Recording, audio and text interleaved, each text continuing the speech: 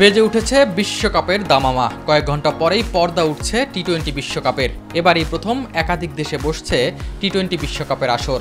যৌথভাবে নবম আসরের আয়োজক দেশ ওয়েস্ট ইন্ডিজ ও যুক্তরাষ্ট্র।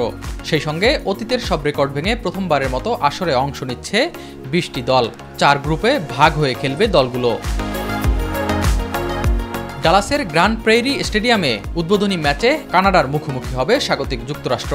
প্রথমবারের মতো টি-20 বিশ্বকাপে খেলতে নামবে দুই দল। আয়োজক হওয়ায় সরাসরি মূল পর্বে খেলছে যুক্তরাষ্ট্র। অন্যদিকে বাছাই পর্ব টপকে জায়গা করে নিয়েছে কানাডা। সবশেষ বিশ্বকাপের শীর্ষ 8 দল সরাসরি কোয়ালিফাই করেছে এবার। স্বাগতিক হিসেবে যুক্তরাষ্ট্রের পাশাপাশি সরাসরি খেলার সুযোগ পায় ওয়েস্ট ইন্ডিজ। র্যাঙ্কিং বিচারে বাংলাদেশ ও আফগানিস্তান আর বাকি 8 দল এসেছে বাছাই পর্ব টপকে।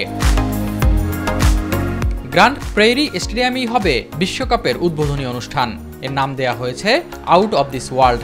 মঞ্চ মাতাবেন ক্যারিবিয়ান শিল্পীরা। গাইবেন ডেভিড রাডার, রবি বি ও এরফান আলভেজ। থাকবে আনা ও আল্ট্রার ডিজে শো। উদ্বোধনী অনুষ্ঠানে প্রাধান্য দেওয়া হবে যুক্তরাষ্ট্রের কৃষ্টি কালচার।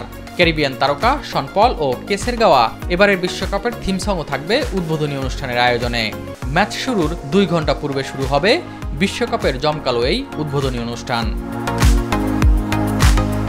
এস এম আরিফ, মাই টিভি।